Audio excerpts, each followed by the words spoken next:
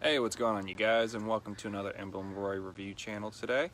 Today's video is going to be talking about the new recent Square Enix game that came out about a week ago, you guys, and that is going to be Octopath Traveler. Now, I put in about 20 hours, I think, into this game, you guys, and I barely scratched the surface on this game, you guys. It's great. The graphics are amazing. The storyline, I can't put this game down. I've been hearing everyone else's reviews about this, and everyone's agreeing the same thing. This game is amazing, you guys. Square Enix provided a great game for the Switch, and for me, I personally enjoyed every single second of it. And I'm not just talking hype about this game because it's brand new. Guys, Square Enix creates amazing RPG games. They have great storylines, they have great amounts of play on there. I've heard this game's about an 80 to 90 hour game, you guys, and I can definitely believe I'm going to be putting more than 80 hours into this game. From the range of the 8 characters that you're doing for the different storytelling, to the mess of having to grind just to get through the level system, you guys.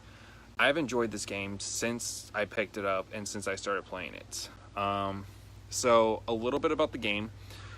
Like I said, there are 8 characters in this game, and I just finally got all 8 characters. I just completed the first chapters. Little spoiler, I know. But yeah, I just completed their first chapters, and I think I've only hit ranges of level between 22 to 15 for my characters because I've been grinding and trying to play through this game. And guys, each character has their own storyline, has their own missions, it has their own unique abilities. You can choose whichever character you want to start off with and choose when you want to pick these characters up from the very beginning of the game like I did, or you can just pick a couple that you like and then pick the rest later down the road. But yeah, after I finished all 8, I definitely have my top favorite characters. They range from, their abilities from either a long range person using a bow and arrow to sword skill to white magic to black magic, and I see this a lot with Square Enix when they choose personalities a lot around when the person's abilities are, especially when it comes to mages. When people use white magic and black magic, the black magic people, they have the same attitudes and same backstories as all the other Square Enix games that I've played, from Final Fantasy 7, 8, 9, and so forth, to other Square Enix games. White Magic, are a lot happier people with some really deep, dark secrets in their past.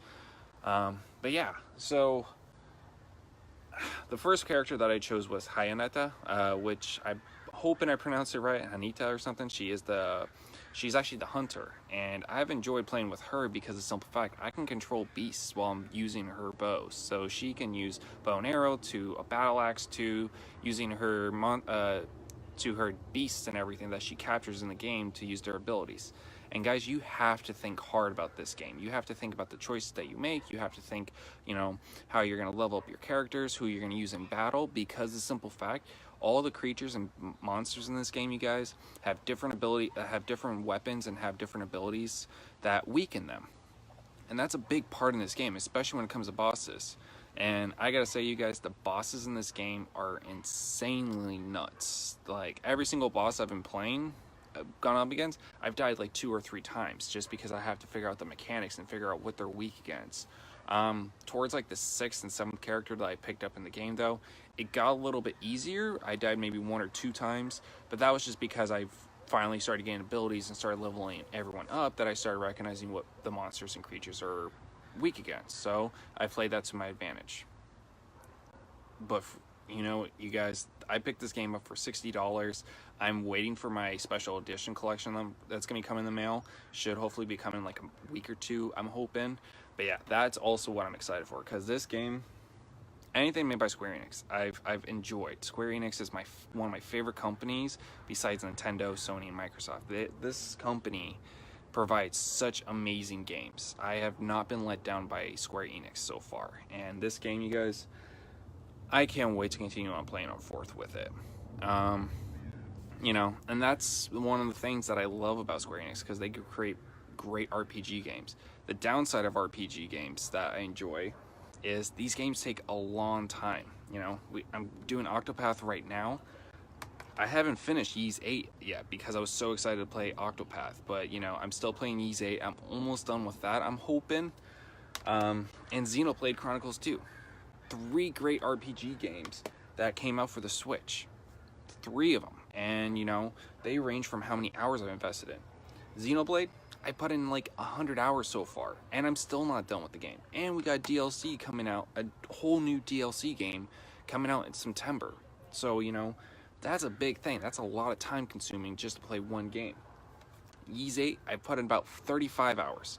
I'm almost done, I believe. I haven't really looked up online to see how long the game is and how long people have been beating it. But it's still a fun game and I've been enjoying it. Octopath, I had to look up because of the simple fact I always look up Square Enix games and I always like to get the details of it and see what's going on. So, you know, right here, easily 200 to 250 hours of just video gameplay right here for 3 games. That's insane. And you know, that's one of the things that I enjoy and love about RPGs. And it's a big problem with that too, because I put so much time into these games, I don't play other games.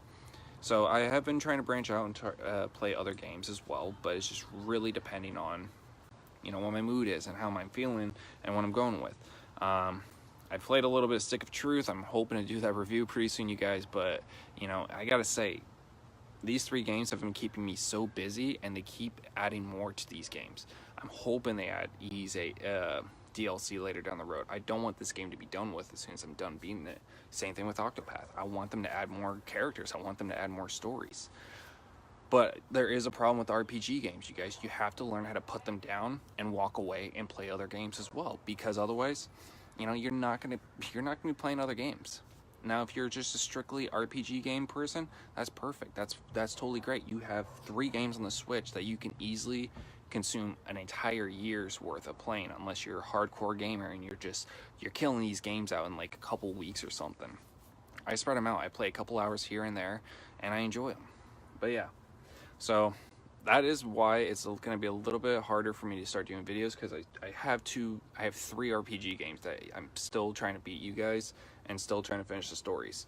Xenoblade, I can easily finish right now. I'm at the last guy, but I'm trying to complete the game before I beat it, before the DLC comes out. Ys 8, I'm grinding hard on that game, you guys. I'm pushing to try to finish it because of the simple fact I want to be moving on from it before I start playing it again later down the road. Octopath, I just picked it up. I picked it up a week ago, and I'm enjoying every single moment. I have so many other games that I'm trying to get to, but these RPG games, guys, make it so hard to get to. But you know what? I enjoy it. This is what I love. I love playing video games, and I love being able to do this. So, yeah, I mean, that's what's been going on. Yeah, and an update to you guys, I actually did clear out the space up today for my office. I finally have that corner and everything that I need waiting for my desk, so I should be hosting a lot more videos inside where my office is going to be, so you guys can have the background and everything, so I'm not doing it on my front porch. But yeah, I mean, I know this one's a little bit more just out there because of the simple fact I literally just got done with all the characters today, and I just want to do a quick action review with you guys. So yeah, that's my review today. Octopath, I'm going to do another one once I beat the game completely and talk about the entire game. Same thing with Ys 8, I'll do another video of that. I will get other video games out there. Be patient, you know, let me know what you guys want me to talk about. Let me know what you guys are excited for. I'm going to start doing more polls, see what you guys are excited for coming out later down the year and starting for next year. And if you guys haven't been picking up on, you know, anything that's been going on YouTube, you know, Comic-Con San Diego is a big thing, and I've been watching a lot of that this weekend as well, you guys. And I gotta say, Marvel and DC just keep producing so many other movies that's been drawing a lot of my attention. But there's a lot of movies that are coming out also. Like, I saw the new Godzilla trailer today, and I saw, you know, a lot of new Netflix shows as well that I'm really excited for. So it's going to be an interesting year, from, you know, the range of what's going on with video games to movies and TV shows. So I'm pretty excited to see where this is going to be going. So that's my video today, you guys. I really do appreciate you guys watching these. Drop a like, drop a comment, send me a message of what you guys want for me to review. I'll post another video in a couple days, and yeah, I will see you guys later.